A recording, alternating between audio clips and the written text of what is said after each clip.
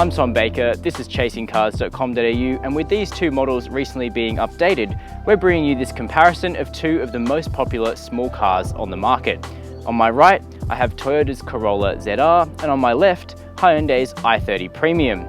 Now, while only 3 centimeters separate these cars based on size, they've been updated in very different ways. The Corolla has received more radical design changes, while Hyundai have just tidied up the front and rear end of the i30 and added some features to make it one of the more handsome models on the market.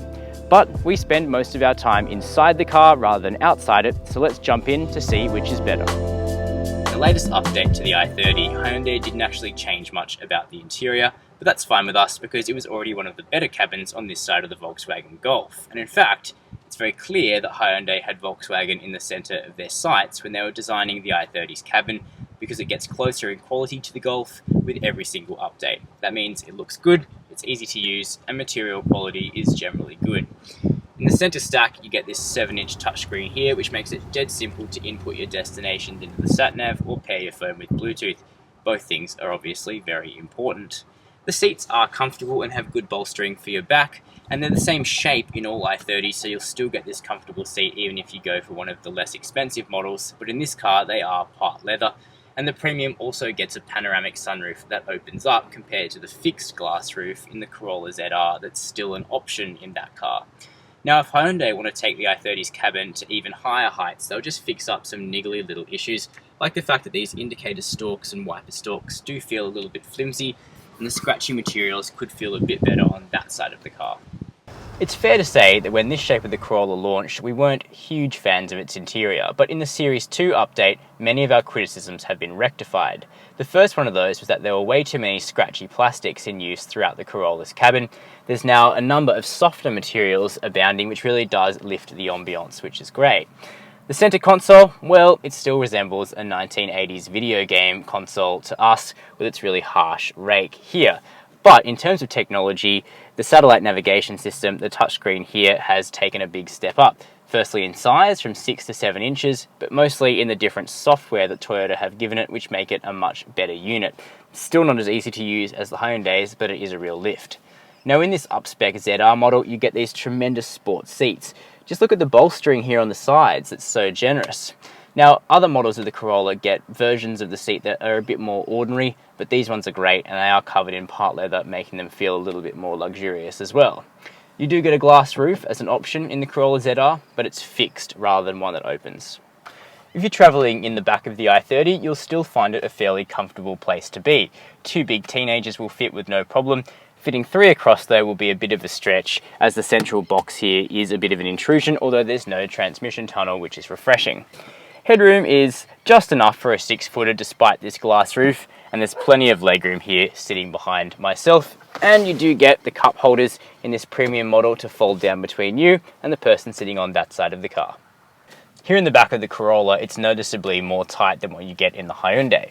Headroom is about the same, perhaps a touch less, and we do have a glass roof here which impedes on your headroom, but there's noticeably less legroom when I'm sitting behind myself right here, and I'm 6'0". Fitting 3 across, also a stretch, but 2 are perfectly well accommodated, and you do get this drop down center console with a couple of cup holders here if you're just traveling with 2 in the back, which makes it nice and comfortable. With 378 litres in capacity, the i30's boot is one of the better boots in its class and matches the class leaders like the Volkswagen Golf, which typically have around 380 litres of space.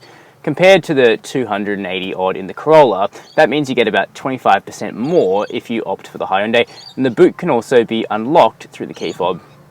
At 280 litres of space, the Corolla is on the small side for a car of this shape and size in terms of boot capacity.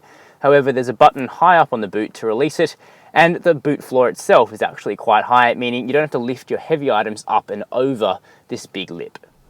Whenever we drive a new or updated Hyundai, it's difficult not to marvel at just how far this brand really has come.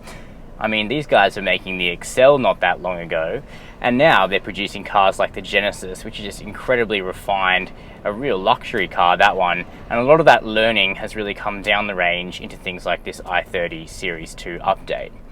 And it's very different to how the Corolla drives, which is light and kind of easy and artificial sort of feeling. In my view, the i30, which is heavier, definitely feels more solid is the more refined car to drive. And that's really evident in the engine in this car, which is a modern and advanced turbo diesel. It's only 1.6 litres in capacity. However, it's a grunty and muscly little thing. 100 kilowatts of power doesn't sound like that much, but 300 newton meters of torque certainly does. And this i30 really pulls. From a standstill, it feels only about as quick as the Corolla. However, the torque really comes into play when you're overtaking something at higher speeds, and this car really just lopes along on the highway. So if you do a lot of miles, something like an i30 diesel is something you should really think about. The fuel consumption is also absolutely killer. Though the claim of 4.9 litres per 100 Ks is pretty aspirational, we found that with combined use, including a lot of driving in town, 7 litres per 100 kilometres is really easy to achieve, and that's fantastic. It's also a really quiet diesel, something which a number of German manufacturers are not able to do as well as Hyundai has done, so that's something to note. As I said, the handling is a lot heavier in the i30 than in the Corolla. This means that if you're more passionate about driving, it's going to feel like a more natural steering rack. Although there's not a huge amount of steering feel, the Hyundai is predictable and linear, and that makes this car an easy and safe car to drive. However, with strong handling often comes a more harsh ride, and there's no exception to that here in Hyundai i30, which certainly rides in a more, shall we say, sporty, harsh manner than the Corolla. However, it's never inappropriately uncomfortable, including over big bumps and corrugations in the road. You're just going to feel it more than you are in the Toyota. And the i30 is also more noisy than we would like from road and wind noise inside the cabin, if not engine noise, so that's something Hyundai can work on for the next shape of this car. Both cars come with a full suite of safety features, including a reversing camera. However, the i30 goes one better and includes parking sensors as well, which make the job even easier. When it comes to maintaining the i30, it does have the upper hand on the Corolla, particularly if you intend to keep the car for more than 3 years. That's because it has lifetime cap price servicing, and the service intervals are also more convenient for you, as you only need to service the i30 once a year or every 15,000 Ks, and when you do that, for your first 5 years, it'll only set you back $289 per year in servicing. Plus, the Hyundai has a 5-year unlimited kilometre warranty, which is particularly generous. The Corolla drives very differently to the i30, and that's deliberate. In fact, the two of them represent kind of the two very different approaches to how small cars should drive. The i30 has this sort of heaviness and what I would consider to be an additional refinement, but the Corolla really pushes the ease of use and lightness factor, and lots of people prefer that. In fact, the lightness of the controls is something that really defines the experience of driving a Toyota Corolla, and that starts with the engine, which is the venerable old 1.8 litre naturally aspirated petrol 4-cylinder, a very different power plant to the 1.6 turbo diesel in the Hyundai. Now in the Corolla, the outputs are sort of lowish, 103 kilowatts of power and 173 newton meters of torque. Not very exciting, but the conventionally variable automatic transmission really makes the most of what the Corolla's got. And around town, it's dead quiet as the CVT gearbox keeps the engine revs very low. But when you're at higher speeds and you need to do something like overtake a truck, that lack of torque really becomes apparent and the engine gets very thrashy as the CVT works it hard. The handling is also very light in the Corolla. In fact, the steering constantly has this very artificial lightness engineered into it.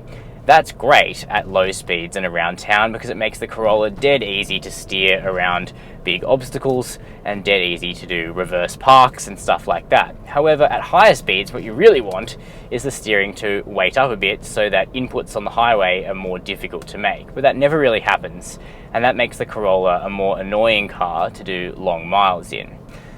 But Toyota should be commended on how cushy comfortable the Corolla is in terms of its suspension, and also how quiet it is at virtually any speed in terms of road and wind noise, which is really commendable.